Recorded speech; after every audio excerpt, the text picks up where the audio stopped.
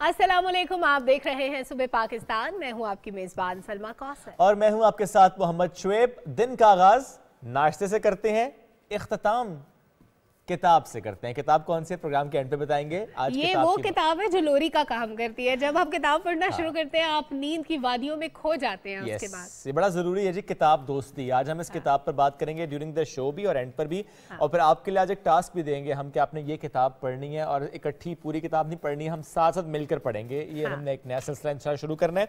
जो पहली खबर हमने पिक की आपके लिए वो है जनाब कैंसर पेशेंट्स के लिए बड़ी अच्छी खबर है। उम्मीद की नई किरण कहा जा रहा है इसको।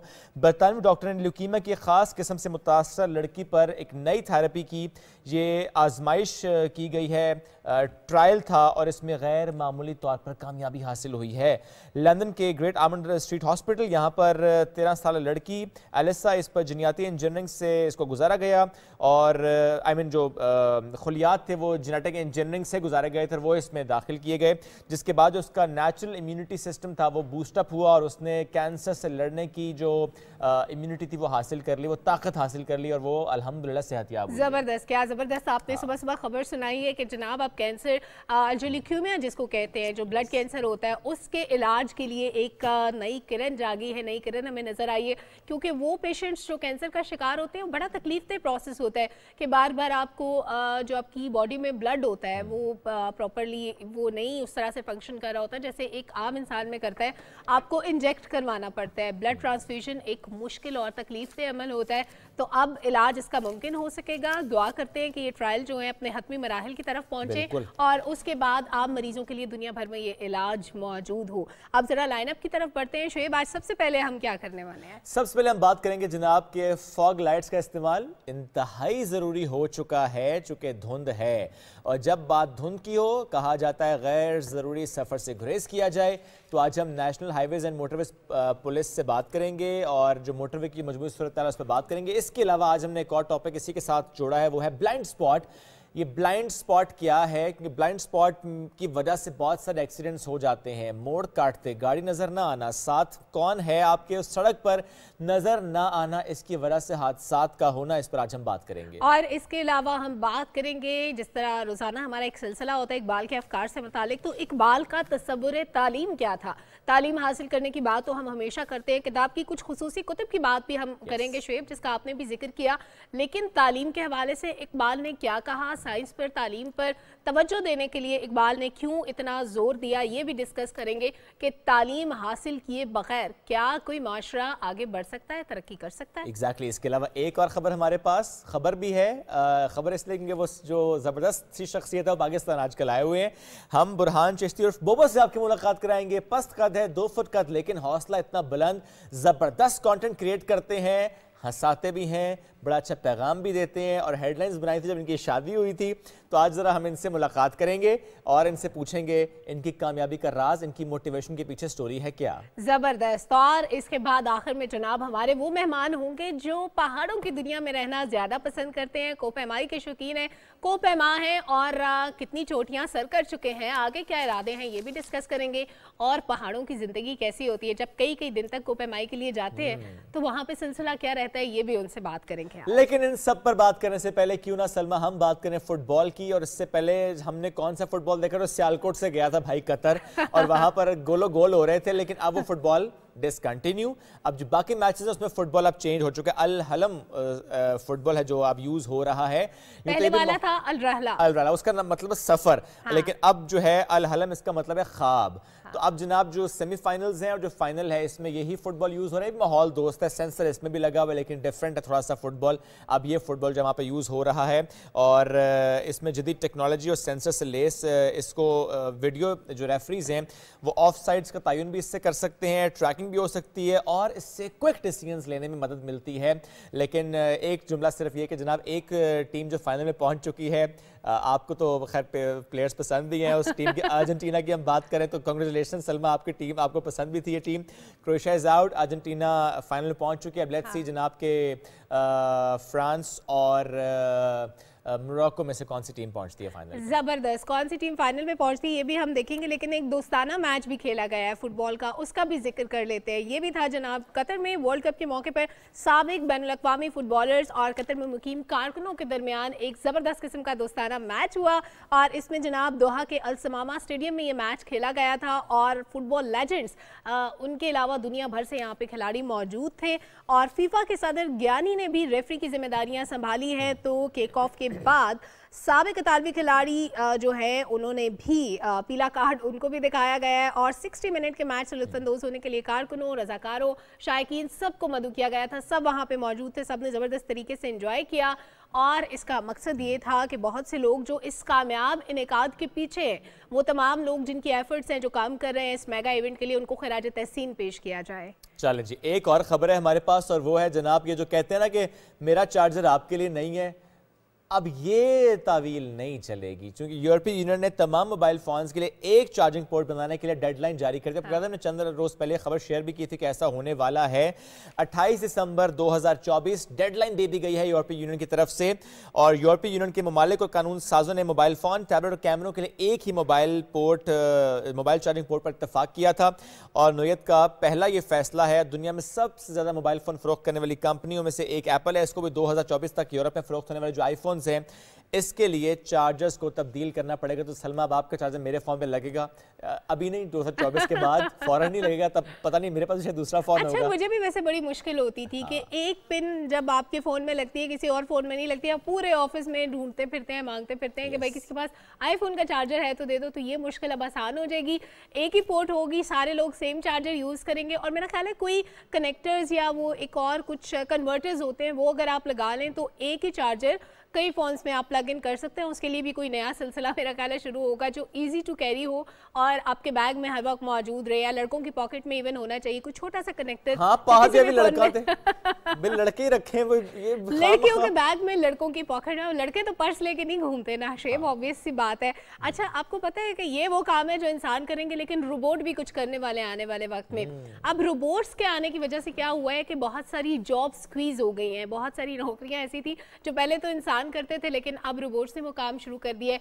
एक काम है उसमें से जीन्स की सिलाई, पहले तो ये इंसान करते थे, मशीनों के जरिए करते थे लेकिन इंसानों के हाथ इस्तेमाल होते थे। अब रोबोट ये वाला काम करेंगे और वो इस तरह होगा कि जनाब जो जीन्स होगी उसकी जो उसके जो कॉर्नर्स की सिलाई होती थी वो अब रोबोट्स के ज़रिए की जाएगी और रोबोट की तैयारी का काम भी तेज़ी से जारी है। रोबोट जब ये काम करेगा तो क्या इतनी नफासत से हो सकेगा जैसे इंसान किया करते थे, ये भी एक क्वेश्चन है कि आखिर किस तरह से होगा। लेकिन साइंसदान बहुत सारे ऐसे रोबोट्स बना रहे हैं जो ना सिर्फ रेस्टोरेंट्स में काम कर रहे हैं बल्कि इस तरह के सेंटर्स जहाँ पे कपड़े वगैरह तैयार होते हैं वहाँ पे भी काम कर रहे हैं। अल्टीमेटली इंसानों को रिप्लेस कर रहे हैं ये। होगा क्या कि वो जीन्स जो इंसानों ने सी थी ना वो महंगी हो जाएगी, लोग कहेंगे मुझे वही चाहिए जो इंसान ने सी थी। हैंडमेड की पायदारी, नफासत, खूबसूरती, वो सब चीजें बिल्कुल मुख्तलिफ। और फिर ये जो इंसानों की बनाई हुई जीन्स हैं आहिस्ता आहिस्ता कदीम होती चली जाएंगी। जब बात हम कदीम जीन्स की करते हैं, आपको पता है कदीम नायाब जीन्स 165 साल पुरानी जीन्स ये फरोख्त हुई है $1,14,000 में, नीलाम हुई है जनाब। अमेरिका में नीलाम होने वाली इस जीन्स को अमेरिकन कलेक्शन नामी नीलाम घर के एक कारकुन के लिए बनाया गया था और ये जीन्स एक बहरी जहाज के मलबे से मिली थी। ऐसे सेंट्रल अमेरिका नामी बहरी जहाज 12 सितंबर 1857 में खौफनाक समुद्री तूफान का शिकार हुआ था और जिसका मलबा 1 सदी के बाद मिला। तो मलबा जो मिला उसमें से निकली जीन्स और जीन्स को किया गया नीलाम, दैट टू $1,14,000 में। और वैसे शोएब जब कोई कदीम कहते हैं ना ऐसे लग्जरी सी अच्छी सी फीलिंग आती है, जब कोई पुराना कहते हैं तो लगता है किसी फटी हुई चीज की बात हो रही है जो बहुत ही खराब है। फटी चीज में से ज्यादा अच्छी होती है, कंफर्टेबल होती है, महंगी भी होती है ना। लेकिन जब हम कदीम कहते हैं तो वो एक अच्छी सी फील आती है कदीम कहने में। कदीमी सलमा सलमा को कदीम कहे तो सलमा को शायद बुरा नहीं लगेगा, अगर सलमा को पुराना कह दे तो उसे फटीचर वाली फीलिंग आएगी। तो किसी भी चीज को पुराना ना कहे, कदीम कहे, वो सुनने में अच्छा लगता है, कानों को भला मालूम होता है उर्दू में। लेकिन कानों को ये कतन भला नहीं लगता अगर आपके आसपास कोई आतिश फिशा और वो फट जाए। हाँ, ये बहुत बैड न्यूज़ है, आवाज भी आ सकती है। बिल्कुल, ये ग्वाटेमाला से बड़ी सैड न्यूज़ है हमारे पास कि एक आतिश फिशा फटा है और जिससे लावा और राख जो है वो निकलना शुरू हो गई है। और इसके बाद सबसे बड़े हवाई अड्डे और एक बड़ी शाहराह को भी बंद कर दिया गया है और तकरीबन 16 किलोमीटर के फासले पर है ये आबादी से। और इस मुल्क का जो दिलकश साबिक दारुल हुकूमत होने के साथ साथ सयाहों की तवज्जो का बड़ा मरकज़ भी थी ये जगह एंटीगुआ, जिससे तकरीबन 16 किलोमीटर दूर है ये। और ये बड़ी अफसोसनाक खबर है क्योंकि ज़ाहिर है लोगों को अपने घरों से नकल मकानी करना पड़ती है। जब आतिशफशां की वजह से धुएं के बादल उठ रहे होते हैं, लोगों को बड़ी परेशानी का सामना करना पड़ता है। तो आई होप कि ये लावा जो है उगलने का सिलसिला ये कदरे कम हो जाए या रुक जाए कुछ दिनों में। बिल्कुल सही है जनाब। अब बढ़ेंगे आगे एक ब्रेक की तरफ। जब ब्रेक से वापस आएंगे तो ना सिर्फ आज हम फॉग की बात करने वाले हैं, साथ साथ ब्लाइंड स्पॉट की बात करने वाले हैं, बल्कि आगे चलकर हमने आपको ये भी बताना है कि साल 2022 पाकिस्तानी आर्ट कल्चर के लिए कैसा रहा। तो कुछ और डिस्कशंस का हिस्सा ये मौजूद बनते चले जाएंगे, लेकिन ब्रेक के बाद।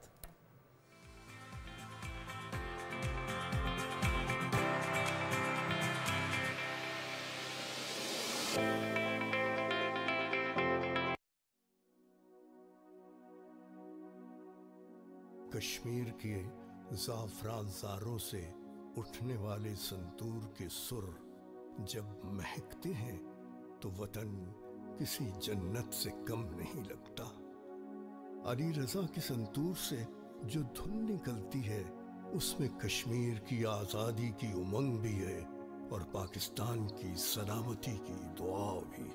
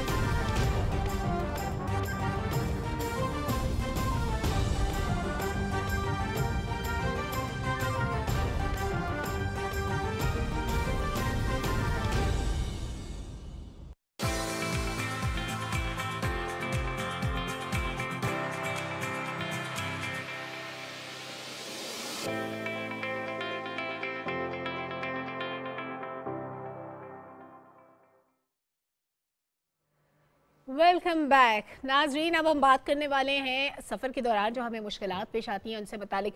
एक तो मसला है यूनिवर्सल मसला और वो है धुंध का मसला, फॉग का मसला। जब भी आप ड्राइव कर रहे होते हैं तो आपको विजन में प्रॉब्लम होती है, ख़ास तौर पे मॉर्निंग टाइम में जब आप अपने ऑफिस जाते हैं, काम के लिए जाते हैं, स्पेशली आप लंबे सफ़र पे जा रहे होते हैं, मोटरवे वगैरह पे सफ़र करते हैं, तो धुंध की वजह से बहुत से रास्ते हमें बंद मिलते हैं जो कि हमारी सेफ्टी के लिए होता है।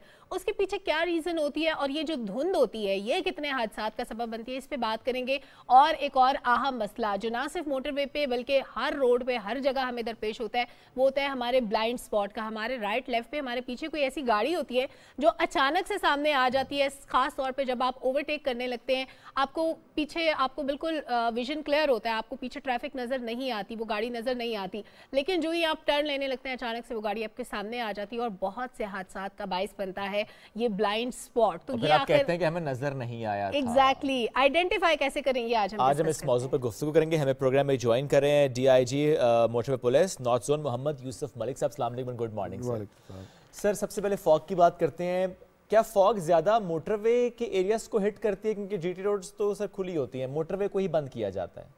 जी नहीं, मेरा ख्याल है ये एक मिसकॉन्सेप्शन है। फॉग हर जगह होती है और GT रोड पे या प्रोविंशियल हाईवेज पे भी होती है। ओके। लेकिन चूंकि मोटरवेज के एग्जिट एंट्रीज कंट्रोल्ड हैं, तो इस वजह से मोटरवे को इजीली बंद किया जा सकता है। दूसरी बात यह है कि मोटरवे पे स्पीड बहुत ज़्यादा होती है, राइट। तो मोटरवे को हम ये अफोर्ड नहीं कर सकते कि अगर आपकी हद निगाह ज़ीरो है या बहुत कम है या विजिबिलिटी है ही नहीं, तो उसमें आप लोगों को इस तरह अलाउ करें। और उसमें अक्सर यही होता है कि आगे धुंध आ जाती है और पीछे से स्पीड से ट्रैफिक आ रही होती है, तो मोटरवे पे जब भी फिर हादसा होते हैं तो वो फिर बहुत ज़्यादा गाड़ियों का कोई बिल्कुल देखते हैं कि लाइन से गाड़ियां आके हिट कर रही होती हैं। सर इसमें ज़रूर जानना चाहते हैं कि चूंकि हर साल इस पर हम बात करते हैं, आप लोग की अवेयरनेस कैंपेन्स भी होती हैं, क्या हादसात में कमी आई?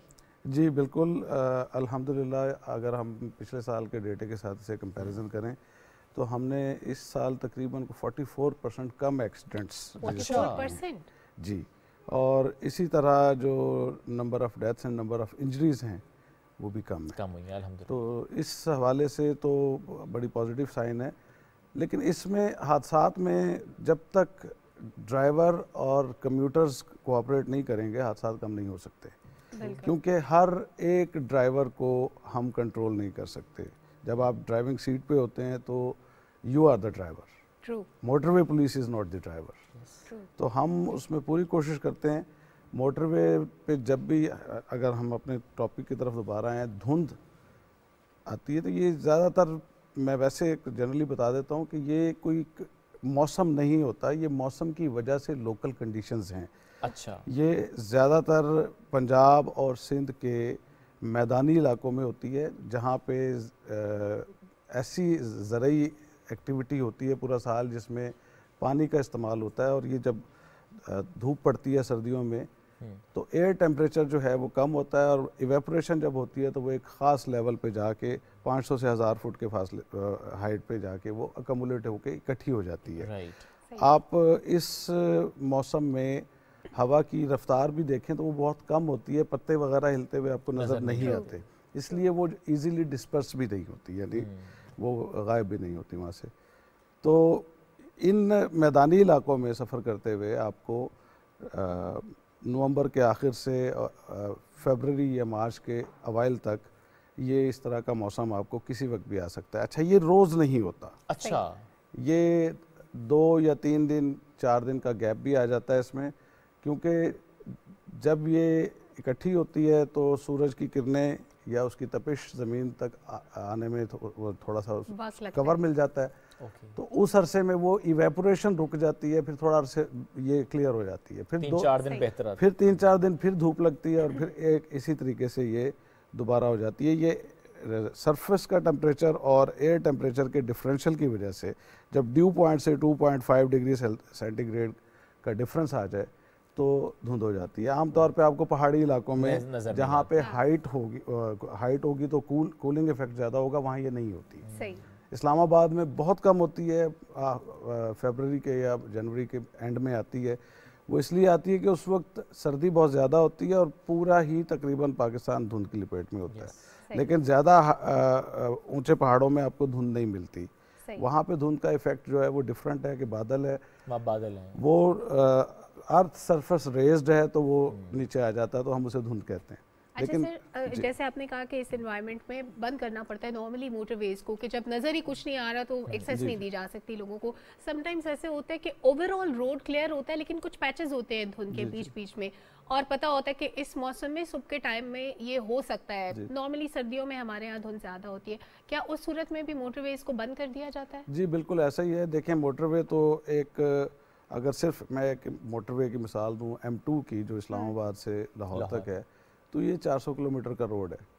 और आम तौर पे आपको कलर कार से पहले धुंध नहीं मिलती, क्योंकि हम हाइट पे हैं। यहाँ से सतह मुर्तफ़ा पोठोहार स्टार्ट होता है, तो हम सतह समंदर से अपनी हाइट बढ़ाना शुरू करते हैं। जैसे ही आप सॉल्ट रेंज या कलर कार से नीचे उतर के प्लेन्स, पंजाब के प्लेन्स में स्टार्ट होते हैं, जहाँ पे ज़्यादातर ये बारिश वाला इलाका भी है, पूरे साल यहाँ बारिशें भी होती हैं। दूसरा, यहाँ पे जो काश्त होती है ज़्यादातर वो चावल की होती है। चावल की फसल को बहुत ज़्यादा पानी की ज़रूरत होती है, और यही वजह है कि आपको भेरा से आगे ऑनवर्ड पूरे पंजाब में आपको धुंध मिलती है।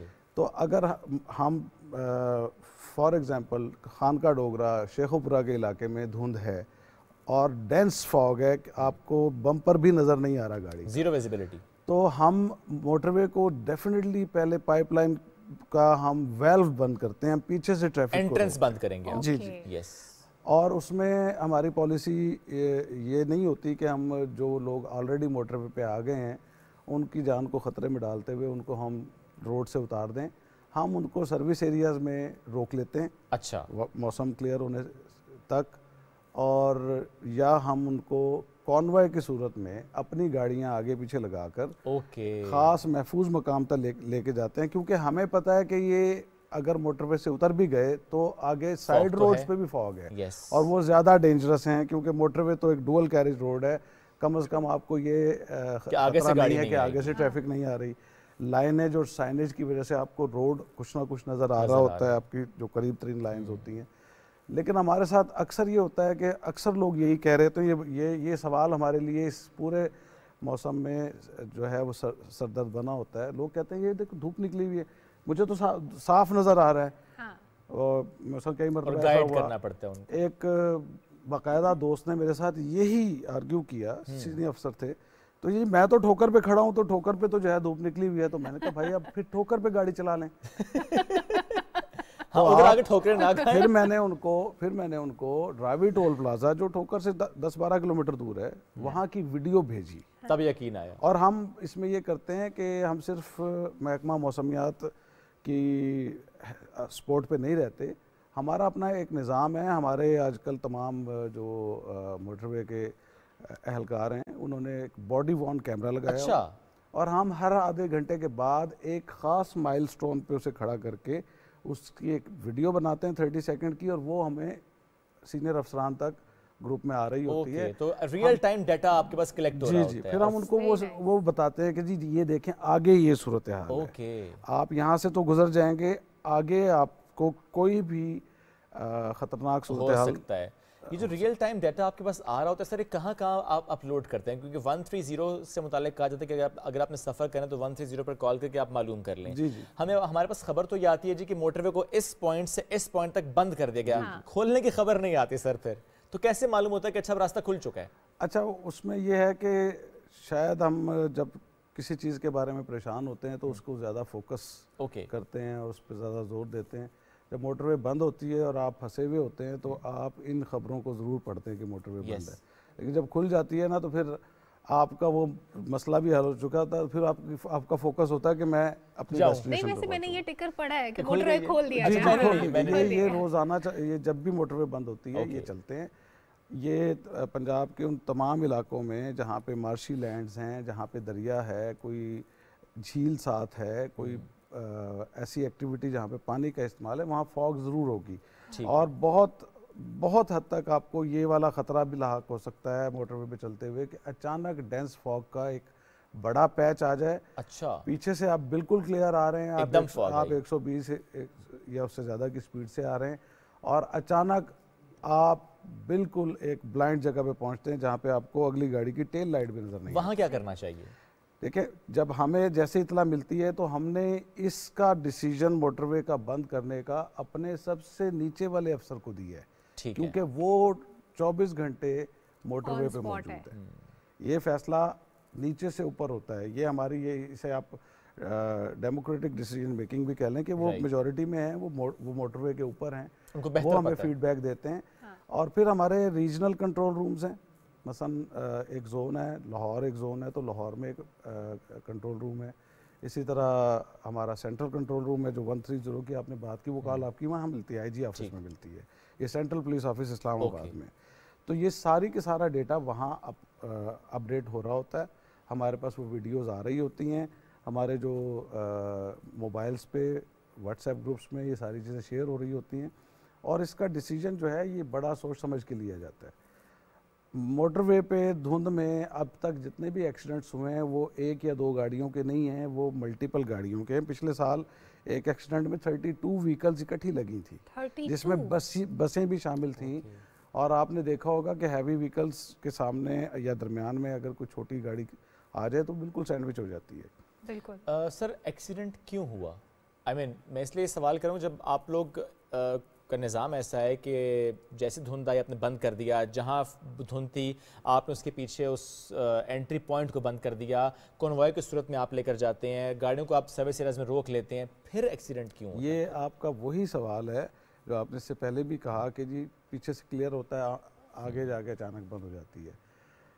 ये जो आपका ख़ास तौर पे कोट मोमिन से आगे इलाका है, ख़ास तौर पे जब आप शेखुपुरा डिस्ट्रिक्ट में एंटर होते हैं, यहाँ पे अचानक डेंस फॉग के पैचेस आते हैं, एकदम अचानक। पहले ठीक क्लियर होगा, लेकिन फिर अचानक जो है वो मोटरवे के ऊपर बिल्कुल जो है ज़ीरो विजिबिलिटी, उसमें हमें टाइम लगता है, क्योंकि आप अगर किसी एक जगह से गुजर गए हैं तो आपको रोकने का तो अब कोई वो नहीं है। हमने जो पीछे पाइपलाइन में ट्रैफिक है उसको रोकना है, उसकी डाइवर्शन या ब्लॉकेड 40 किलोमीटर पीछे लगनी है, राइट। तो हम उस ट्रैफिक को रोकते हैं। ठीक ये वो ट्रैफिक होती है जो ऑलरेडी मोटरवे के चुकी है। कैरेज वे में इन है। ठीक। तो ये आमतौर पे वो अच्छा, फिर लोगों का हमारा जो बिहेवियर है, लोग स्पीड नहीं कम करते। हमें नहीं इस चीज़ का सवाल का जवाब मिलता कि किस चीज़ की जल्दी है। आपकी जान से बेहतर तो कोई भी काम है हम नहीं। बिल्कुल ऐसी है। आप जिंदा हैं तो टाइमिंग और जल्दी वाली बात बिल्कुल नहीं ऐसे ही होगी। है। और आम तौर पे हर तरह की वेदर कंडीशंस में अगर आप कहीं लेट भी हो जाते हैं तो आपके ऑफिसेज में, आप इवन कोर्ट्स भी आपको मार्जिन देते हैं। Yes, true. तो ऐसी कोई बात नहीं है। अगर आप अपनी स्पीड को कंट्रोल रखें और मोटरवे पुलिस के साथ कोऑपरेट करें। अक्सर ऐसा होता है कि लोग हमारे साथ बहस कर रहे होते हैं उलझते हैं। और बाद में कई, मतलब एक मरतबा मैं आपको छोटा सा M3 पे हमने रात को मोटरवे बंद कर दिया, बड़ी डेंस फॉग थी, सारा दिन तकरीबन उन दिनों में मोटरवे 1 बजे खुलता था और 3 बजे दोबारा बंद हो जाता था, सिर्फ 2 घंटे के लिए खुलता था। वो हमने बंद कर दी, पाइपलाइन वाली सारी ट्रैफिक को हमने निकाल दिया। एक साहब कहीं किसी सर्विस एरिया में अपनी जीप लेके खड़े हुए थे, उन्होंने वहाँ से चाय वगैरह पी, बिस्किट लिए और फिर खामोशी से मोटरवे पे चढ़ गए।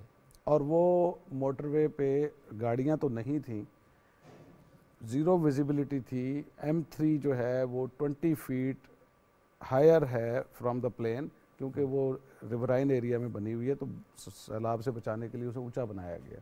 सही। तो वो वहाँ से स्लिप हुए और गाड़ी रोल ऑन हो गई। तो ये ज़रूरी नहीं है कि आपकी गाड़ी के साथ गाड़ी ही लगे, एक्सीडेंट की नौयत तो कोई भी हो सकती है। किसी खाई में गिर सकती है, गाड़ी उलट सकती है, कुछ ये भी ऐसी हो सकता खाई है ना, 20 फुट का एक आपने देखा होगा, वो स्लोप है, वो ऐसे ही है। उस पर से गाड़ी नीचे उतरी और खेत में जाके गिरी और टर्टल हो गई। तो इसलिए बड़ी बुनियादी सी बात है कि आपने एहतियात करनी है, मोटरवे पुलिस की बात सुननी है, वो आपके लिए वहाँ पर हैं, आपकी सेफ्टी के लिए, आपकी जान सबसे पहले है, उसके बाद आप जहाँ पहुँचेंगे 5 मिनट ताख़ीर सही। अब आते हैं दूसरे मौजू की तरफ, ब्लाइंड स्पॉट। प्लीज़ थोड़ा एक्सप्लेन कीजिएगा, व्हाट इज़ ब्लाइंड स्पॉट और क्या ये हर गाड़ी के लिए होता है? जी, ये हर गाड़ी के लिए होता है। आपने मैट्रिक में एक एक्सपेरिमेंट किया होगा, रिफ्लेक्शन ऑफ लाइट। ये हमेशा मिरर पे किया जाता था। हम लैब में जाते थे और एक छोटा सा बार मिरर होता था, उसे हम लगाते थे, फिर एक कॉमन पिन को एक ख़ास पॉइंट पे प्लेस करते थे बोर्ड पे, और फिर हम उसका रिफ्लेक्शन दूसरी तरफ देते थे। तो आमतौर पे 30 या 45 डिग्री के एंगल से रिफ्लेक्ट हो रही होती थी। जब ये सिर्फ ये एक एक्सपेरिमेंट है, रियल लाइफ में भी आपका जो इमेज आपका बैक व्यू मिरर में या साइड व्यू मिरर में आ रहा होता है, वो भी एक्चुअली रिफ्लेक्शन ऑफ लाइट ही है। ये कैमरा जो है ये इस लाइट को डिटेक्ट कर रहा है, ये मुझे डिटेक्ट नहीं कर रहा। अगर आप लाइट्स ऑफ कर देंगे तो मेरी तस्वीर कैमरा में आने बंद हो जाएगी। तो ये उसी प्रिंसिपल पे, मिरर के प्रिंसिपल पे बना हुआ है। तो जिस एंगल से लाइट मेरे ऊपर पड़ रही है एग्जैक्टली उसी एंगल से ये रिफ्लेक्ट करती है ठीक। और उतना ही डिग्री का ये एंगल बनाती है। तो आपके जो साइड व्यू मिरर्स हैं या बैक व्यू मिरर्स हैं, ये हमेशा थोड़े से अंदर की तरफ मुड़े होते हैं या टिल्टेड होते हैं। ट्रू। तो लाइट इस पे सीधी नहीं आ रही होती। तो एक गाड़ी जो आपके पीछे से आ रही है, अगर वो उतने डिस्टेंस पे हो कि वो रिफ्लेक्ट हो के आपकी आइज़ के कैमरा में आ रही है तो आपको नज़र आएगी। लेकिन चूंकि दोनों मूविंग ऑब्जेक्ट हैं, स्टिल नहीं हैं, तो एक ख़ास डिस्टेंस पे आके वो रिफ्लेक्शन ज़ीरो हो जाएगा, आपको वो गाड़ी नज़र नहीं आएगी। सर वो जीरो रिफ्लेक्शन सारे मिरर्स के लिए होता है, बैक व्यू के लिए भी, साइड मिरर्स सबके लिए होता है, सबके लिए होता है। वो तीनों मिरर्स में गाड़ी यही वजह बनती है अक्सर हादसात की। ये वजह डेफिनेटली वजह तो यही बनती है, लेकिन ये वजह नहीं है। अच्छा, वजह तो हमारी ड्राइविंग स्किल है। देखें, अगर आपने लेफ़्ट या राइट मुड़ना है तो सबसे पहले आपने राइट अगर मुड़ना है तो राइट इंडिकेटर लगाना है। फिर आपने राइट बैक व्यू मिरर में देखना भी है। उसके बाद आपने गाड़ी को मोड़ना शुरू करना है। हमारा प्रॉब्लम ये है कि हम गाड़ी खरीदने जाते हैं तो गाड़ी में देखते हैं लाइट्स कैसी हैं, इंडिकेटर्स कैसे हैं, सीट्स कैसी हैं, शश के सारे देखते हैं और साइड वाले मिरर्स कैसे हैं, ये कितने खूबसूरत हैं। लेकिन जब हम रोड पे आते हैं तो हम इंडिकेटर चलाना ही भूल जाते हैं, हम चलाते ही नहीं हैं। और ज़रूरत ही नहीं है, पीछे मुझे पता कोई नहीं है, मैं निकल जाऊंगा। ऐसा नहीं होता। When you take things for granted in a moving object तो चीज़ें कंट्रोल से बाहर हो जाती हैं।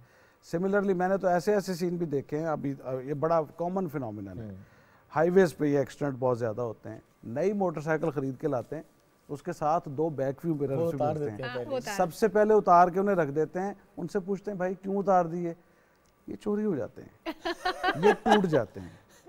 सर सबसे ज़्यादा खतरनाक ही बाइकर्स होते हैं कि इनका इंडिकेटर भी नहीं है, इनके राइट लेफ्ट मिरर भी नहीं है, और इनके अपने जो अल्लाह ताला ने आइज़ दी है ना इंडिकेटर, ये वो भी यूज़ नहीं करते। आमतौर पे आप देखते हैं कि लोग लेफ्ट या राइट नहीं मुड़ते। हाँ। देखते आजकल के सीज़न में ख़ास तौर पे मोटरसाइकिल वाला जो सवार है वो उसने पूरा एक कंबल अपने ऊपर लिपेटा होता है, कानों पे उसने अपने मफलर लगाया हुआ होता है, ऊपर कैप पहनी होती है। मफलर की वजह से उसकी गर्दन की मूवमेंट बहुत ही रिस्ट्रिक्टेड हो जाती है, वो पीछे देखता ही नहीं है। फिर एक नया कल्चर ये आ गया है कि हम पीछे से हॉर्न भी दें तो मोटर बाइक वाला रिस्पॉन्ड नहीं करता। एग्जैक्टली, बिल्कुल रिस्पॉन्ड नहीं करते। वो टेक फॉर ग्रांटेड लेते हैं कि बस ये मेरा राइट है, पीछे वाला मुझे खुद बचाएगा। तो आम तौर पे हम एक्सीडेंट्स में यही क्लेम करते हैं कि देखो जी इसने मुझे पीछे से गाड़ी मारी है। तो ये ज़रूरी नहीं है कि पीछे से गाड़ी मारने वाले की जिम्मेदारी ज़्यादा है। उसके पास स्टीयरिंग भी है, उसके पास एक्सेलरेटर भी है, उसके पास ब्रेक भी है, और उसके पास सबसे बड़ी बात है विजन है कि उसको अगला व्यू साफ नज़र आ रहा है। लेकिन एक बंदे को उसने हॉर्न दिया, उसने रिस्पॉन्ड ही नहीं किया, उसने दोबारा भी हॉर्न दिया, फिर उसने समझा कि अब इसे पता लग गया कि मैं पीछे हूँ, तो वो निकलने की कोशिश करता है और उसी गलतफहमी में मारा जाता है। तो मोटरसाइकिल के एक्सीडेंट सर्दियों में आप देखें हाईवेज पे ज़्यादा हैं मोटरवेज की। अच्छा सर, जो ब्लाइंड स्पॉटिंग तो हर गाड़ी के लिए है, लेकिन क्या जो बड़ी गाड़ियां हैं, हैवी ट्रैफिक है, बड़े बड़े कंटेनर्स जाते हैं, इनके लिए ब्लाइंड स्पॉट उसी तरह बढ़ जाता है? देखें, इसमें जो हैवी व्हीकल्स हैं, आपने नोट किया होगा कि ये हाइट भी इनकी बहुत ज़्यादा होती है, ड्राइवर बहुत ऊंचा बैठा हुआ होता है। जो कार्स हैं, जीप्स हैं, इनमें आप लोग तकरीबन एक ख़ास लेवल पे बैठे होते हैं, आपको आमतौर पे गाड़ी नज़र आती है, गाड़ी के पीछे वाले ऑब्जेक्ट्स नज़र आते हैं। लेकिन ट्रक हैं, डंपर्स हैं, ट्रेलर्स हैं, ये ज़मीन से 6 फुट 5 फुट ऊंचे होते हैं, इनके 2-3 स्टेप्स होते हैं, ऊपर बैठ के ये चढ़ते हैं, और बहुत हद तक इनको पीछे या अपने बिल्कुल आगे खड़ा हुआ बंदा जो है वो नज़र नहीं आ रहा होता। राइट। तो इसके लिए सबसे इम्पोर्टेंट चीज़ है स्पीड। आप अपनी स्पीड को कंट्रोल में रखें। सही। आमतौर पे इनका प्रॉब्लम एक ये भी है कि ये हैवीली लोडेड होते हैं, ओवरलोडेड होते हैं, और कलर कार में अक्सर ये वाले एक्सीडेंट्स होते हैं कि ट्रक के अंदर बहुत हैवी किस्म का मटेरियल उन्होंने लोड किया होता है, जैसे टाइल्स हैं जिसकी कैपेसिटी से भी ज़्यादा होता है, मार्बल है, और वो बाहर से कवर्ड होता है, हमें नज़र भी नहीं आता। जब वो मोटरवे पे एंटर होता है तो ट्रक भी ठीक है, ट्रक की कंडीशन भी ठीक है, लेकिन हमें ये नहीं पता कि इसके अंदर क्या माल है।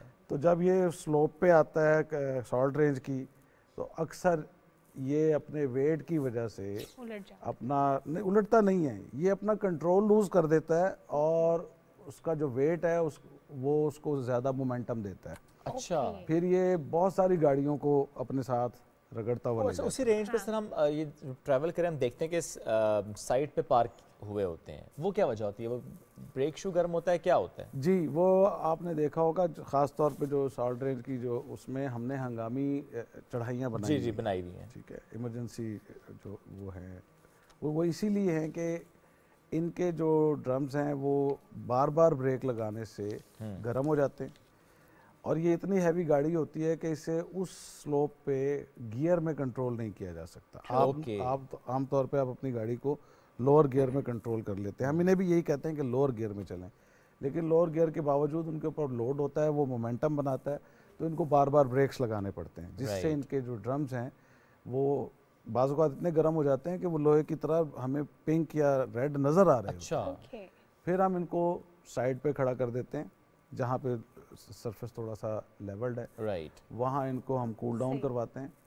और वो भी उसमें भी आपको ख़ास तौर पे छोटी गाड़ियों वालों को एहतियात करनी चाहिए कि जब ये साइड पे पार्क हों तो आप एक सेंटर वाली लेन में चलें, लेफ्ट वाली लेन में ना चलें। अक्सर दरवाज़ा खुल जाता है या आप आउट ऑफ कंट्रोल हो तो उसमें लग जाता है। सही। अच्छा सर, एक बड़ा कॉमन प्रॉब्लम हाईवेज पे, मोटरवेज पे हर जगह हमें नज़र आता है, जो बहुत बड़ी गाड़ियाँ होती हैं वो फास्टेस्ट लेन में आ जाती हैं समटाइम्स और बाकी ट्रैफिक का फ्लो डिस्टर्ब कर रही होती हैं। एक आम शहरी जो सफ़र कर रहा होता है वो बेबसी महसूस करता है कि इस गाड़ी को ना रोक सकते हैं, ना यहाँ पे कोई कैमरा की एक्सेस में है हम लोग, ना हम इसको रिपोर्ट कर सकते हैं। उसके लिए कोई मैकेनिज्म है कि हम उस वायलेशन को रिपोर्ट कर सकें जो इन बड़ी गाड़ियों की तरफ से होती है? देखें, मोटरवे पे तो हमने इस चीज़ को खासी हद तक कंट्रोल किया है। सही। हमने इनसे मीटिंग्स की हैं, इनकी एसोसिएशन से मीटिंग की हैं। मोटरवे पे आपको ये फिनोमेनन कम नज़र आता है। और अगर वो कोई वायलेशन करेगा भी तो वो बस होगी, ट्रक वाला नहीं करेगा। ट्रक ये बात फर्स्ट लेन जिसे लेफ्ट एक्सट्रीम लेन कहते हैं हम, उसमें चलता है और बहुत ज़्यादा उसे बहुत प्रॉब्लम भी होगा तो वो सेकंड लेन में आके ओवरटेक करके दोबारा। ज़्यादा मसला ही बसेस का आता है। बसेस के ड्राइवर्स के साथ एक अजीब सा प्रॉब्लम है कि वो उनके मालकान भी उनको ये नहीं कहते कि आप स्पीड करें, क्योंकि उनकी टाइमिंग्स फिक्स हैं। और जब ये एक्सीडेंट करते हैं तो अपने आप को नुकसान करते हैं, उनकी गाड़ियों का भी नुकसान करते हैं। सही। तो उनके साथ हमने उसमें एक ये वाला इसको कंट्रोल करने के लिए हमने उनमें डैश कैम्स लगवाए हैं। अच्छा। हमने उनकी ट्रैकर एक्सेस अपने पास ली है। उससे हम उस ट्रैकर एक्सेस से हम उनको ई टिकटिंग चालान भी कर रहे हैं। अच्छा। जब भी वो अपनी प्रेस्क्राइब्ड लिमिट से ऊपर जाते हैं तो उनके ट्रैकर का रिकॉर्ड हमारे पास आ रहा होता है। हम उस रिकॉर्ड पे चालान कर देते हैं, सारी वो चालान उनके ऑफिस पहुंचता है। और उन्होंने ये मैकेनिज्म बनाया है कि ये चालान वो उसकी पे से काटते हैं। ये अच्छा मैकेनिज्म है। हमने तो आपको नहीं कहा कि आप 110 से 120 से ऊपर जाएं, आपको क्या जल्दी? और सब बसेस पे लग चुका है। हाँ, जो इस्लामाबाद में हमारे जोन में 97% बसेस का ये सिस्टम हमारे पास। बिल्कुल ठीक है sir. We have last minute, अगर आप क्विकली बता सकें सर, आप लोग ड्रोन के जरिए सर्वेलेंस कर रहे थे, वो उससे कुछ मदद हासिल हो रही है? हम ड्रोन से ज़्यादा हम ड्रोन से भी कर रहे हैं। अच्छा, हम ड्रोन से भी कर रहे हैं, लेकिन ड्रोन हमारे जो सिर्फ टोल प्लाजास पे होते हैं। ठीक है, क्योंकि ड्रोन को हम कैरेज वे पे तो नहीं चला सकते। तो ड्रोन की जो सबसे अच्छा ड्रोन है उसकी स्पीड भी मैक्सिमम स्पीड 73 किलोमीटर आ रहा है, जबकि मोटरवे पे आप 120 पे जाते हैं। ठीक है। तो वो हम उसको ज़्यादातर कंजेस्शन के लिए यूज़ करते हैं। ठीक है। हम ख़ास एरिया में उसे उड़ा के देखते हैं कि आगे तक देख लेते हैं, 500 मीटर तक आगे, तो कि कहीं कंजेस्शन तो नहीं है, कहीं वायलेशन तो नहीं है, कोई ब्रेक डाउन तो नहीं है। लेकिन उससे ज़्यादा हमने एक जो पिछले 1 साल से हमने एक सिस्टम शुरू किया है वो स्पॉटर्स। मैंने आपके पिछले प्रोग्राम में बताया था कि हमने एक बायनाकुलर के साथ और एक मोबाइल फ़ोन और वायरलेस सेट के साथ मुख्तलिफ जगहों पे हमने अपने बंदे खड़े किए हैं। वो किसी पुल के नीचे हो सकते हैं, किसी पुल के ऊपर हो सकते हैं, किसी ग्रीन बेल्ट में हो सकते हैं। हर बीट में 2 स्पॉटर्स मौजूद हैं। 40 किलोमीटर की एक बीट में 2 स्पॉटर्स मौजूद हैं, नॉर्थ और साउथ दोनों पे, मुख्तलिफ जगहों पे। ये तेज़ आने वाली गाड़ियों को बायनॉकुलर से देखते हैं, उनका नंबर नोट करते हैं और अपने टाइगर को, जो हमारी कार है उसमें वायरलेस सेट लगा होता है, उसको इन्फॉर्म करते हैं कि ये गाड़ी है, ये नंबर है, ये कलर है, ओवर स्पीड है। उसको हम आगे रोक लेते हैं और उसको हम चालान करते हैं। ज़बरदस्त। तो ये एक नया मैकेनिज्म आपने स्टार्ट, ये ह्यूमन एफर्ट है। टेक्नोलॉजी की अपनी लिमिटेशंस होती हैं, तो इसमें हमने जो है इससे हमारी एनफोर्समेंट 78% इंक्रीज हुई है। वंडरफुल। पिछले साल से।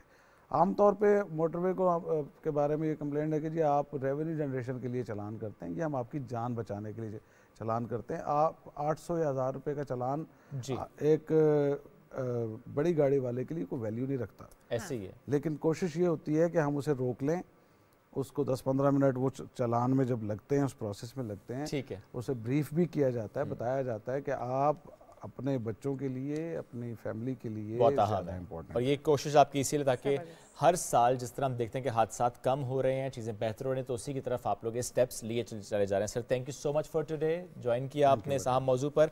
लेकिन साल 2022, इस घंटे का चूंकि हम ख़त्म करें, तो साल 2022 हमारे आर्ट एंड कल्चर के लिए कैसा रहा, इसकी बात कर लेते हैं। बिल्कुल, ना सिर्फ परफॉर्मिंग आर्ट के लिए बल्कि विजुअल आर्ट के लिए भी हमने कहाँ कहाँ कामयाबियाँ समेटी। हर महीना, हर दिन हमारे लिए एक ज़बरदस्त कामयाबी की तरफ बढ़ने का जरिया था। अप्रैल से स्टार्ट ले लेते हैं। अप्रैल में पसूरी सॉन्ग जो था वो सबसे ज़्यादा पॉपुलर हुआ और उसके बाद से अभी तक ये कामयाबियों के रिकॉर्ड बनाता जा रहा है। बड़ा ज़बरदस्त किस्म का गाना था ये, हर जगह हर फोरम पे हमें ये गाना बजता हुआ नज़र आता था। यूट्यूब पे सबसे ज़्यादा सर्च किया गया और ना सिर्फ ये बल्कि इसके अलावा बहुत सारी ऐसी चीज़ें थी जो कि नंबर 1 पे रही पाकिस्तान के हवाले से। अच्छा, और इसमें अगर आप देखें मई ही की बात करें तो अरूज आफ्ताब ग्रैमी अवार्ड उन्होंने हासिल किया और मई ही के महीने में हमने जॉयलैंड मूवी को देखा कि कांस फिल्म फेस्टिवल में ना सिर्फ स्क्रीन हुई बल्कि जूरी अवार्ड भी अपने नाम किया।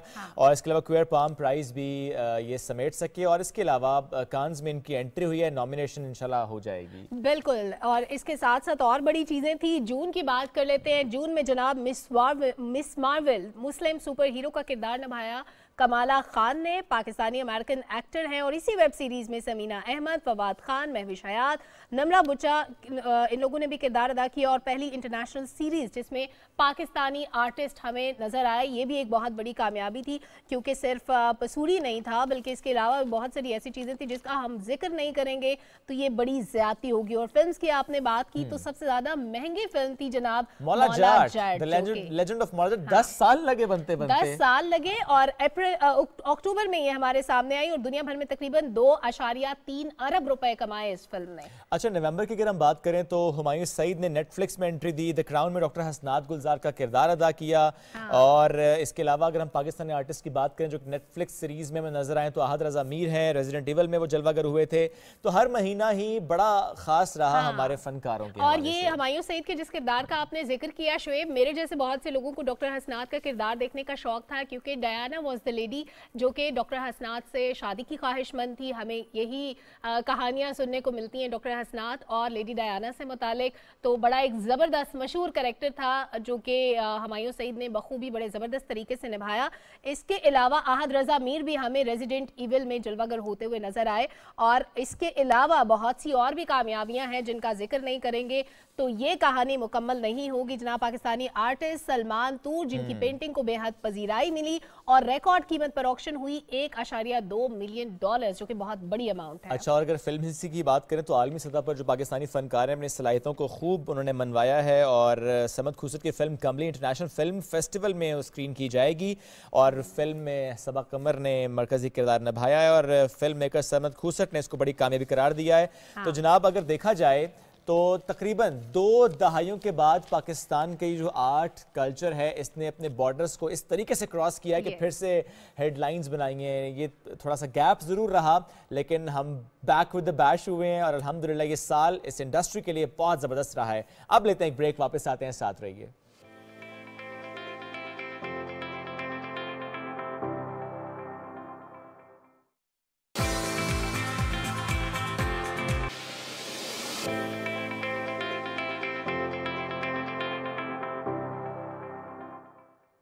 वेलकम बैक नाजरीन। बात कर लेते हैं इकबाल के अफकार से मुतालिक। यूँ तो उम्र कम पड़ जाती है, इकबाल के अफकार पे जब गुफ्तगू करने लगे तो इतने मौज़ूआत हैं जिनका अहाता करना मुश्किल है। लेकिन आज चूँकि तसव्वुर तालीम पर बात करने लगे हैं और तालीम का आगाज़ बच्चों से होता है, तो बच्चों के लिए जो इकबाल ने लिखा खूबसूरत नज़में, और सबसे ज़्यादा जो मुझे पसंद है वो थी पहाड़ और गुलहरी के दरमियान जो मुकालमा होता है, बड़ा खूबसूरत मुकालमा था, वो भी डिस्कस करेंगे। और इकबाल ने बच्चों के लिए कौन कौन सी नज़में लिखी, उनमें पैगाम क्या दिया, बच्चों के लिए मैसेज क्या है, ये डिस्कस इसी पर बात करने के लिए मारूफ शायर मुसन्निफ़ा प्रोफेसर डॉक्टर नजीबा आरिफ साहबा ने हमें ज्वाइन कर लिया। बहुत शुक्रिया डॉक्टर साहब आपके वक्त का। डॉक्टर साहब, आप जानना चाहते हैं, बिलखुसूस जो बच्चे हमें सुन रहे हैं, बच्चों का इकबाल क्या था, बच्चों के लिए इकबाल की तालीम क्या थी, बच्चों के लिए इकबाल का मैसेज क्या था? बहुत शुक्रिया, आपने अपने शो में दावत दी और इकबाल के हवाले से इतने अहम मौजू पर गुफ्तगू की दावत दी। इकबाल बिलाशुबा उर्दू के अजीम तरीन शुअरा की फ़हरिस्त में आते हैं, और इकबाल के हवाले से जो सबसे अहम बात है वो ये है कि इकबाल ने इंसानी फ़िक्र और इंसानी जज्बात की तजलील और उसके तरफ़ों में बहुत अहम किरदार अदा किया है। यानी उसको जिबिली सतह के जज्बात से उठाकर एक फ़िक्री और रूहानी सतह पर पहुंचाने में बहुत कोशिश की है। अगरचे उर्दू के दीगर शुरा के यहाँ भी हमें इस तरह के की कोशिश मिलती है, इस तरह के अशार मिलते हैं, लेकिन इकबाल ने ख़ास तौर पर इस मौजू पर अपना फ़ोकस किया है। तो ना सिर्फ इस हवाले से, बल्कि आपने बिल्कुल ठीक कहा, इकबाल की शायरी और शख्सियत की मुख्तलिफ़ जहतें या मुख्तलिफ़ पहलू हैं जिनसे उन्होंने हमारी कौम को बिलखुसूस बहुत मुतासिर किया है। ख़ास तौर पर बच्चों के हवाले से आपने बात की। इकबाल फ्यूचरिस्टिक माइंड के इंसान थे, मुस्तक़बिल पर उनकी गहरी नज़र थी, और मुस्तक़बिल हमेशा नई नस्ल से, बच्चों से वाबस्ता होता है। तो इकबाल ने अगरचे मखसूस नज़में जो बच्चों के लिए लिखी गई हैं वो तो चंद एक ही लिखी हैं, लेकिन इकबाल के पैगाम में नौजवानों से और नई नस्ल से जो मुखातिब किया गया है, नई नस्ल को जिस तरह से, और जो जो पैगाम नई नस्ल को दिए गए हैं उनका आगाज़ बचपन से ही हो जाता है। मिसाल के तौर पर इकबाल की वो मशहूर नज़्म दुआ एक तरह से ज़िंदगी का मंशूर है। आप देखिए कि लब पे आती है दुआ बन के तमन्ना मेरी, हमारे ज़माने में ये नज़्म असेंबली में गाई जाती थी हर रोज़, और गैर महसूस तरीक़े से, गैर शऊरी तरीक़े से ये हमारे जहन का, हमारे जज्बात का, हमारे अफ़कार का एक लाज़मी जुज़ बन गई थी। इस नज़्म में इकबाल ने इंसान को जो पैगाम दिया है वो सबसे बड़ा पैगाम है ह्यूमनिज़म का, जिसका, और ह्यूमनिज़म से मुराद यहाँ मेरी वो फ़लसफ़ियाना तहरीक नहीं है, बल्कि इंसानियत की मोहब्बत और इंसानियत की खिदमत के रास्ते से अपनी रूह को और अपनी फ़िक्र को और अपने शऊर को रोशन करने की जहत है, जिससे मेरी मुराद है। तो इकबाल ने इस नज़्म के ज़रिए हमारे बच्चों को ये सिखाया है कि अगर ज़िंदगी में कामयाबी हासिल करना चाहते हैं तो इसका सिर्फ़ एक ही तरीक़ा है कि हम बनी नौ इंसान की खिदमत करें, उससे मोहब्बत करें, उसके काम आएँ, गरीबों की, मोहताजों की, मजबूरों की दस्तगिरी करें और अपनी ज़िंदगी को इंसानियत की खिदमत के लिए वक्फ़ कर दें। अब बज़ाहिर ये एक सेकुलर पैगाम है, लेकिन दर हकीकत मज़हब की रूह भी यही है। मज़हब भी इंसान को यही सिखाता है कि आप अपनी रूह को तरक्की याफ्ता बनाने के लिए अपने हम जिन्सों की खिदमत के ज़रिए, उनकी मोहब्बत के ज़रिए और उनकी मदद के ज़रिए अपने आप को, अपने शऊर को, अपनी रूह को ज़्यादा से ज़्यादा रोशन कर सकते हैं, ज़्यादा से ज़्यादा बुलंद कर सकते हैं।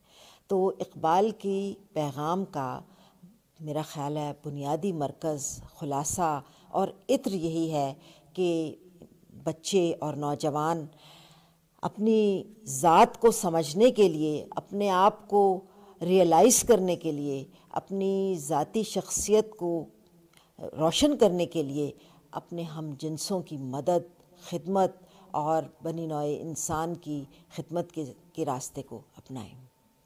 सही, ज़बरदस्त। डॉक्टर साहिबा, क्योंकि बच्चों से मुतालिक बात हो रही है, इकबाल की फ्यूचरिस्टिक सोच से मुतालिक बात हो रही है, तालीम के लिए इकबाल क्या सोचते थे? उस ज़माने के नौजवान की तालीम की रिक्वायरमेंट कुछ और थी, आज के ज़माने के नौजवान की तालीम की रिक्वायरमेंट कुछ और है, हालात मुख्तलिफ हैं, डायनामिक्स मुख्तलिफ हैं। इकबाल का तसव्वुर तालीम क्या कहता है?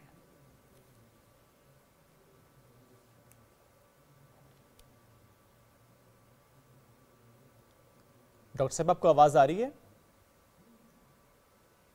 अच्छा, थोड़ा सा टेक्निकल इशू आया है, हम इस पर ज़रूर बात भी करेंगे। और इसके साथ साथ जो डॉक्टर साहब ने बात की ना, बड़ी अहम है, इस पर हम ये ज़रूर डिस्कशन करने की कोशिश करेंगे कि एम्पथी, जिस तरह उन्होंने बात की ना कि बच्चे बिलखुसूस अगर वो उनकी जिस तरीके से तरबियत होनी चाहिए, वो ख्याल रखें अपने आसपास के माहौल का, अपने आसपास से जुड़े लोगों का, रिश्तों का, नातों का, ये जो एम्पथी है ये कितनी ज़रूरी है। और इसके साथ साथ हम आगे चलकर जो बात करते हैं ना कि Iqbal futuristic set of mind के थे, और फ्यूचर की जब हम बात करते हैं तो ज़ाहिर है बच्चों से फ्यूचर जुड़ा होता है। और जब बात बच्चों की हो रही होती है तो हम अक्सर ये देखते हैं सलमा के स्कूल में जब एनुअल फंक्शंस होते हैं या कोई और इवेंट हो रहा होता है तो प्री स्कूल के बच्चे हों, क्लास 1-2 के बच्चे हों, बहुत सी इकबाल की नज़्म पर वो में एक्ट करते दिखाई देते हैं।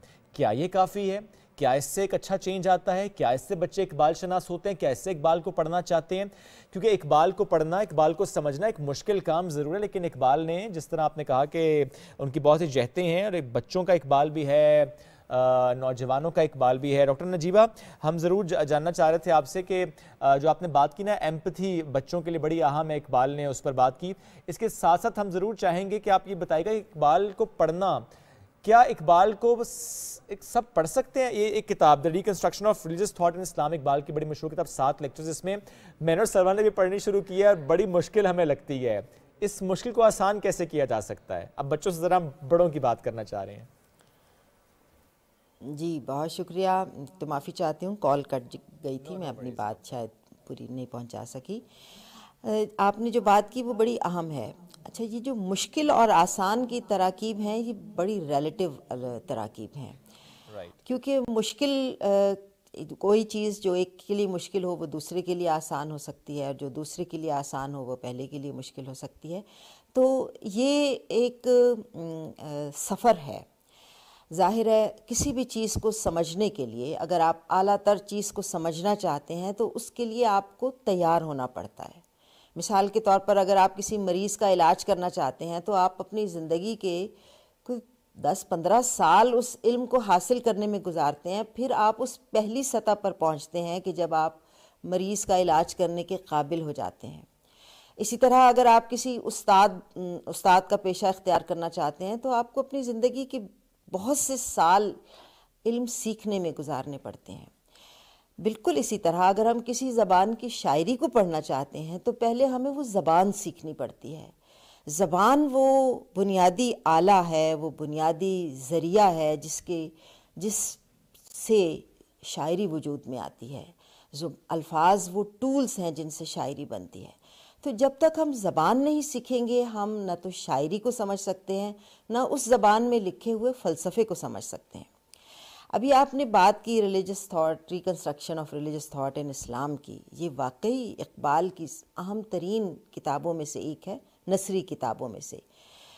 इस किताब में उन्होंने ये बताने की कोशिश की है, और बहुत उम्दा कोशिश की है, कि इस जदीद ज़माने में जबकि साइंस और टेक्नोलॉजी इतनी तरक्की कर चुकी है और इंसानी जहन सवालों की ज़द पर है, ऐसे सवालों की ज़द पर जिनका कोई जवाब अभी तक साइंस भी नहीं दे पाई, ऐसी सूरत में मज़हब किस तरह इंसानी रूह की तस्कीन का सामान बन सकता है?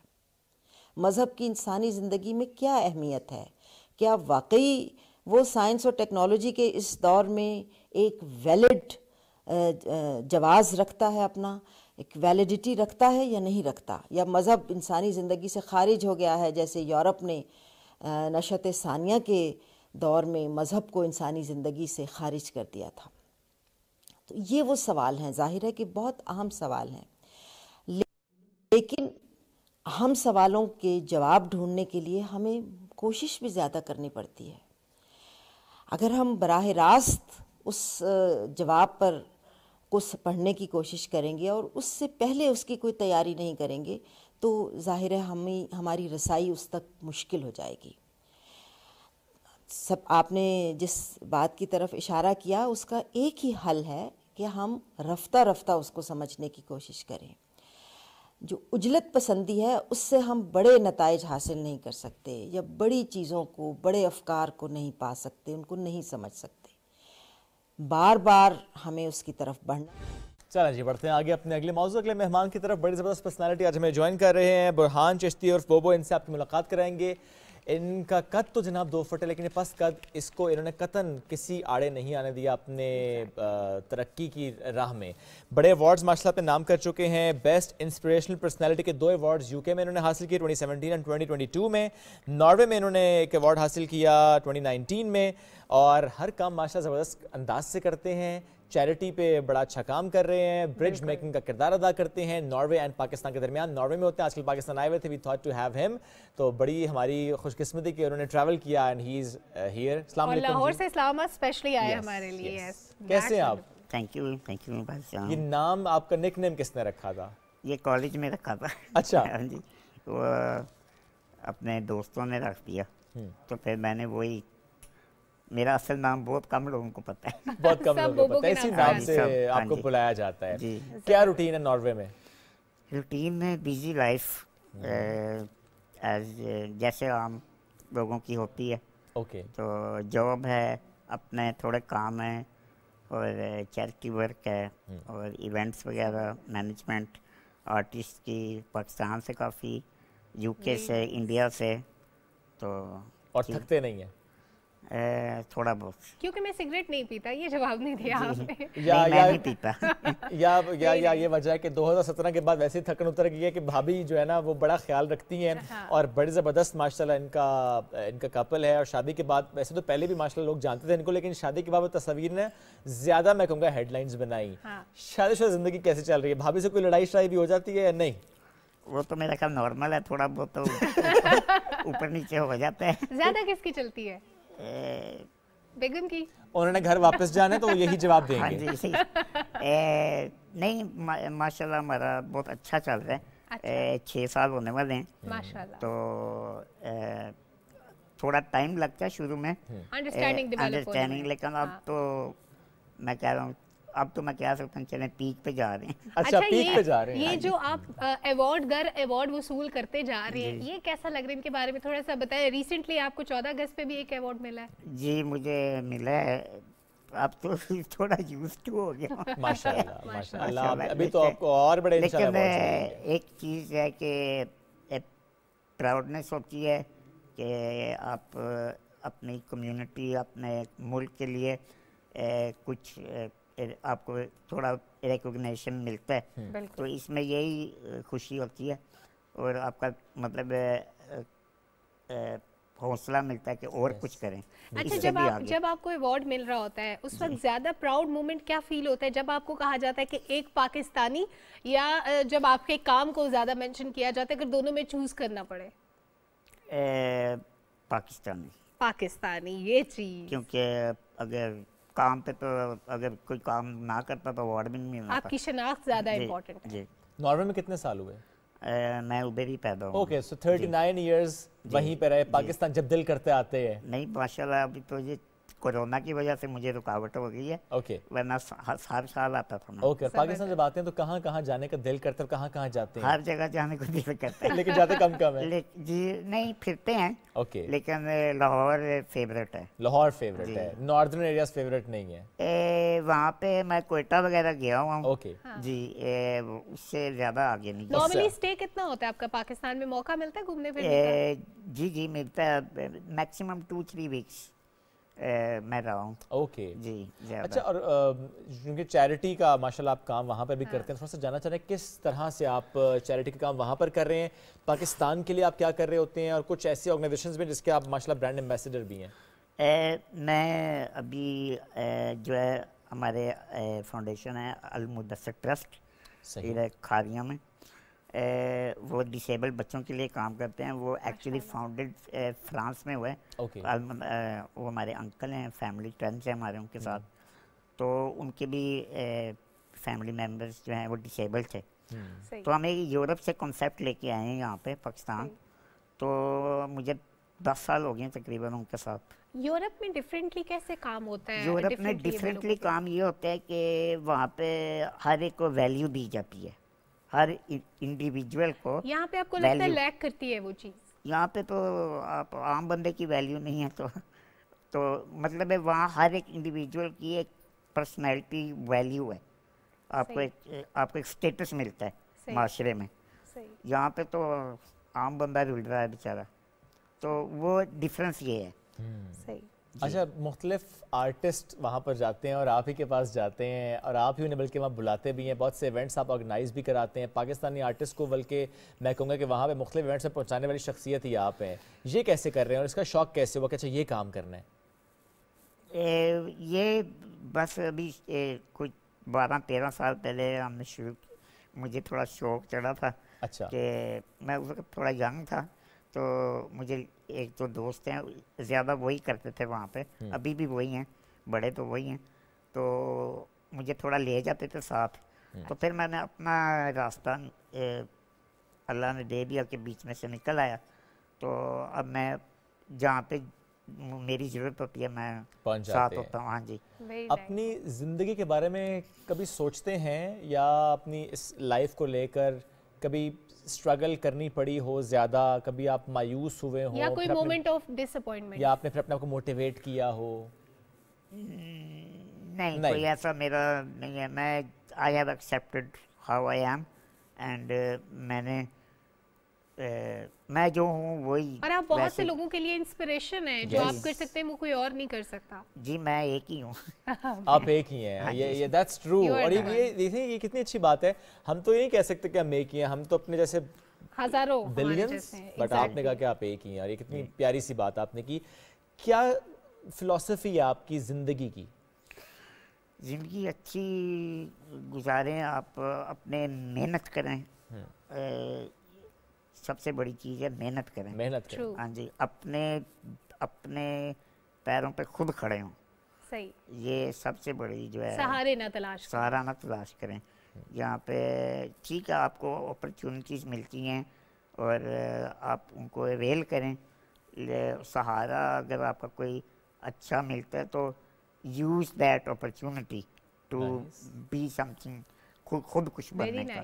Very nice. मेंटोर कौन है आपका? मैं खुद अपना आप। क्या बात है, क्या बात है, ज़बरदस्त। अच्छा, सोशल मीडिया पे भी आपको अच्छा माशाल्लाह फेम मिल रहा है, कुछ स्पेशल प्लान्स हैं कि सोशल मीडिया पे आप अपने लिए कुछ डिफरेंट स्टार्ट करें? जी, मैं अभी इंशाल्लाह ट्राई करने लगा हूँ। मेरा दिल ये था कि मैं आगाज़ पाकिस्तान से ही करूँ। कुछ टीजर दे दे किस किस्म का कंटेंट? कंटेंट अभी मैं थोड़ा अभी सोच में हूँ कि मैं क्या करूँ। अच्छा, होगा एजुकेशनल? जी, एजुकेशनल कंटेंट होगा ये ऑफ कोर्स, या एंटरटेनमेंट होगी? दोनों ये, बिकॉज दोनों शो इंफोटेनमेंट होगा जी, क्योंकि एंटरटेनमेंट के बगैर मज़ा नहीं आता। गाने गाते हैं? नहीं, गाना नहीं गाता, बाकी जो मर्जी करा लें। लेकिन बहुत से सिंगर्स से आपकी मुलाकात हुई है। वो यही तो गलती होगी ना। वो जी, मेरे माशाल्लाह काफ़ी अच्छे कॉन्टैक्ट्स बन चुके हैं, और मैं कॉन्टैक्ट्स सिर्फ बिजनेस वाइज नहीं रखता। मैं लाइक उनको, वो भी इंसान है, तो उनको एज ए भाई और बहनों की तरह ट्रीट करते हैं, तो माशाल्लाह ज़्यादा अच्छा लगता है। अच्छा बोबो, बहुत सारा आपका फ्रेंड सर्कल भी डेवलप हो गया, बहुत सारे काम आप कर रहे हैं, कुछ टारगेट है, कुछ ऐसा डिफरेंट जो आप करना चाहते हैं जो इससे पहले नहीं किया?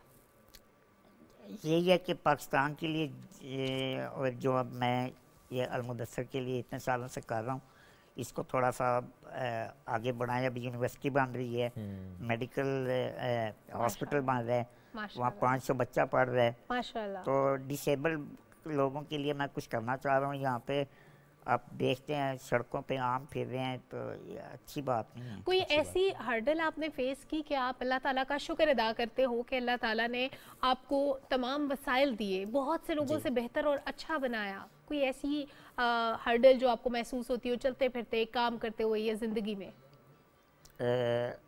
नहीं, मैं तो अल्लाह का हर रोज़ शुक्र अदा करता हूँ। बल्कि कई और लोग हैं जो जो मुझे देख के कहते हैं यार हम नहीं इतना कर सकते जितना तुम कर यू रहे आर हो। ब्लेस्ड। ये तो अल्लाह का शुक्रिया अदा करना है और तो कुछ नहीं कर सकते। माशाल्लाह जी। माशाल्लाह। ड्राइविंग कैसे सीखी? ड्राइविंग सीखी वहाँ पे आपको गाड़ी बना के देते हैं, मॉडिफाई कर देते हैं? जी मॉडिफाई करके देते हैं। तो मैं 2003 से चला रहा हूँ। ओके। माशाल्लाह। जी तो अच्छा, पाकिस्तान में अगर आप गाड़ी चलाते तो शायद लोगों की नज़रें बहुत से सवाल करती, जी वहाँ पे शायद ऐसा नहीं है। नहीं वहाँ पे इतना नहीं It's है। very normal. It's very normal ये लाइक वहाँ पे इतना वो यहाँ पे तो थोड़ा सा देख के हैरान हो बोबो, जाते एक हैं कि- ब्रेकिंग है हमारे पास, सॉरी टू इंटरप्ट यू। जी। वज़ीर आला सिंध इस वक्त तकरीब से खिताब करें, बराह रास्त लिए चलते हैं। और इससे पहले हम बोबो से बात कर रहे थे, बड़ी मज़े मज़े की गुफ्तगू हो रही थी। कुछ काम जो वो कर पाए, उनको माशाल्लाह सेंस ऑफ अचीवमेंट भी है, उनको माशाल्लाह अवार्ड्स भी मिले हैं। कुछ और करना चाहते हैं, उस पर ज़रा इंफोटेनमेंट का टीज़र उन्होंने हल्का फुल्का सा हमें दिया है, तो लेट्स सी वो किस किस प्लेटफॉर्म पर जाते हैं। वैसे आपने उस पर स्टडी करना शुरू किया कि आजकल ज़रा माहौल बदल गया है, अब वो यूट्यूब की लॉन्ग वीडियोज़ नहीं चल रही, अब शॉर्ट्स का ज़माना आ गया, उस पर कुछ सोच रहे हैं कि उस तरीके से आप आगे आएँ? मैं उधर ही सोच रहा हूँ। उधर ही सोच रहे हैं। शॉर्ट्स का ज़माना, तो शॉर्ट्स पे ही आएंगे जी और इंफोटेनमेंट पे ही आएंगे। जी। कुछ ऐसी 2-3 चीज़ें जो आप सोचते हो कि अच्छा मैं ये करना चाहता हूँ सोसाइटी को कंट्रीब्यूशन के पर्सपेक्टिव से? सोसाइटी में तो बहुत कुछ करना चाहते हैं, लेकिन ये है कि कुछ करें तो उसका कुछ फ़ायदा भी हो। फायदा कुछ बेनिफिशियल हो। ये लाइक इन यूरोप वहाँ पे आप कुछ डिमांड करते हैं, कुछ लाइक करते हैं तो उसका आपको रिटर्न मिलता है। True. ये लेकिन यहाँ पाकिस्तान में ऑफ कोर्स कुछ करना तो चाहते हैं, लेकिन उसका फिर रिजल्ट भी नज़र आना चाहिए ना। आना चाहिए। प्रॉब्लम यह है यहाँ रिजल्ट नहीं आते, आधे रास्ते में काम खलास हो जाता है। कोई बात नहीं, आप दिल से जो भी करेंगे उसके रिजल्ट इंशाल्लाह इंशाल्लाह कोशिश जरूर पूरी मिलेंगे। है। अच्छा बोबो, आपको पसंद क्या है खाने में, पहनने में, कहाँ जाना अच्छा लगता है, किन लोगों से मिलना अच्छा लगता है? मैं हर एक बंदे के साथ मिल सकता हूँ। और खा क्या सकते हैं? खाना सिर्फ देसी, कद्दू करेले? नहीं कद्दू करेले नहीं। मगर आम उसके इसका अलावा तो दिल कर रहा है जी। नहीं वो बाद में खा लेते हैं। नहीं मैं पालक गोश्त बहुत शौक से खाता हूँ, चने की दाल, हाँ जी, और आलू के पराठे। ओए होए। वाओ, ये शुएब रोज दूसरे दिन लेके आता है। हाँ जी, मैं उधर हमारे आपको पता ही है वहाँ पे पिज़्ज़ा बर्गर्स चलते हैं, तो जब भी मैं ऑफिस से घर आ रहा तो सबसे पहले अम्मी को फ़ोन करता हूँ क्या पका है, क्या पका? तो वो कहती हैं आज तेरे मतलब का नहीं पकिया, आज तू बाहरों खा आया। तो क्योंकि ये फिश वगैरह और ऐसी चीज़ें मैं नहीं खाता, ये जो गोरे पास्ता पूस्ता मुझे कोई शौक नहीं है।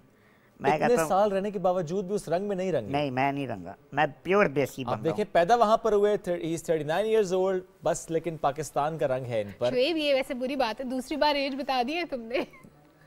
इसमें क्या है, हम कौन से अपनी एज छुपाते हैं, तो ये छुपाती हैं जी। हाँ, हम तो एज नहीं छुपाते होते। जितनी मर्जी बताएं। लड़कियां भी नहीं छुपाती। हाँ, मैंने कभी नहीं कहा कि तुम 23 इयर्स ओल्ड, तो हमेशा तुम 21 मैं तो हमेशा कहती हो। कहती हूँ 16 इयर्स ओल्ड। हालांकि 23 साल की जितना है। मर्जी मल्टीप्लाई कर ले, I don't mind it all. अच्छा, आपने शुरू में मुझे कहा कि शादीशुदा जिंदगी को लेकर के अभी पीक है। 2017 में शादी हुई, 2022 है। शादीशुदा जिंदगी कामयाब बनाने का गुर क्या है? अंडरस्टैंडिंग, कैसे डेवलप होती है? एक दूसरे को थोड़ा कॉम्प्रोमाइज करना पड़ता है बोथ साइड्स। अच्छा, मैं समझ रही थी आप कहेंगे कि चम्मच उठा के मारे। मैं भी इस लग उसे गई- हल्का फुल्का लग मारना गई तो पड़ता है। मैं खुश, ना लगी तो वो खुश। ये शादीशुदा ढोलक की तरह है, हाँ जी, बजाई जाओ। हाँ जी। पुल अप नहीं पुल पुल ढोलकी बजाई जाओ। देखें, अगर मेरा एक दोस्त था वो कहता होता था कि अगर कोई आपको कपल आके कहना है हाँ। कि वी आर 100% खुश, झूठ तो बोल कहता रहा है है। सबसे बड़ा झूठ है। तो लेकिन इख्तिलाफात तो हर जगह होते हैं। वो आपके हमारे बीच भी हो सकती ये है, जिंदगी किसी का के बीच हुस्न है, बिल्कुल। तो जो आपके ज़्यादा क्लोज होता है ना, जो आप कह लो जो आपके ऊपर चढ़ के रह रहा होता है हर वक्त, वो आपको सबसे क्लोज होता है। बिल्कुल। तो थोड़ा बहुत आई होप ये बात हमारी टीम मेंबर शर्मीन भी सुन रही हूँ। मैं उनसे अक्सर कहता हूँ, मेरी उनसे बड़ी नोक झोंक होती रहती है। मैं कहता हूँ कि मेरा आपसे प्यार बहुत ज्यादा हाँ है, मैं आपसे एक्सपेक्ट बहुत ज्यादा करता हूँ, तो इससे शर्मीन के साथ मेरा ये रहता है। तो वो एक्सपेक्टेशंस ही होती हैं, तो छुपन छुपाई। जी, लेकिन वो बंदा थोड़े कुछ सालों में अंदर बंदा अंडरस्टैंड कर जाए तो हम भी 5-6 साल सुबह के साथ घर करके विद अंडरस्टैंड पैसेज ऑफ करेंगे। टाइम आप दूसरे की आदत को समझ जाते हैं, फिर कोई ना जी। कोई ऐसा पॉइंट आता है जहाँ पे दोनों इत्तेफाक कर लें। जी पे थोड़ा गिव एंड टेक तो है ना हर रिश्ते में, हर रिश्ते में हर रिश्ते में ये बड़ी प्यारी बात है। हर रिश्ते में, वो चाहे आपका एज अ कोलीग रिश्ता है, वो चाहे आपका एज अ पेरेंट जी और किड का रिश्ता है, वो चाहे जरा स्पाउस का रिश्ता है, हर रिश्ता, वो चाहे कोई भी रिश्ता हो, चाहे कोई एंकर्स का रिश्ता हो ना, कि मुझे ना खिलाया साग और पराठा, मैं फिर भी खिलाऊंगा। ये खुद खा लेते हैं और मैं नहीं खाती क्योंकि मैं डाइट में। अल्लाह को हाजिर नाज़िर जान के तो कल तुमने साग पराठा नहीं खाया। मैंने सिर्फ एक नवाला यार चखा सिर्फ था। एक नवाले की बात नहीं हो रही। अगर आपको पता हो कि आपकी को होस्ट डाइट कर रही है, वो नहीं खाएगी पराठा, आप घर से कोई डाइट फ्रेंडली खाना लेके और अगर आपको लगता है कि इन मोहतरमा ने कुछ नहीं खाया होगा तो प्लीज इनके इंस्टाग्राम पर जाइएगा और उनकी स्टोरीज देखिएगा कि वो तसल्ली से खाती है। और परसों अकेले बैठे खाया है। ये मेरा सवाल है, कोई अकेले रेस्टोरेंट बैठे खाना कैसे खा सकता है? आप भी खा लेते हैं? ये भी आपकी तरह का मैं तो जब मुझे भूख लगी मैं रोटी खा लेता है ना। आपको जब भूख लगे खाना चाहिए, ना कि आप दूसरों का इंतजार करें। ये होना चाहिए जिंदगी। हम तो इंतजार करते हैं कोई महफिल जमे, कोई आसपास बैठे पे नहीं, वो मजा, वो तो अपना मजा है ना, वो तो फिर वो और लेवल की बात है। लेकिन आप कहते हैं कि मजा अपनी जगह, पहले पेट पूजा, फिर कम दूजा।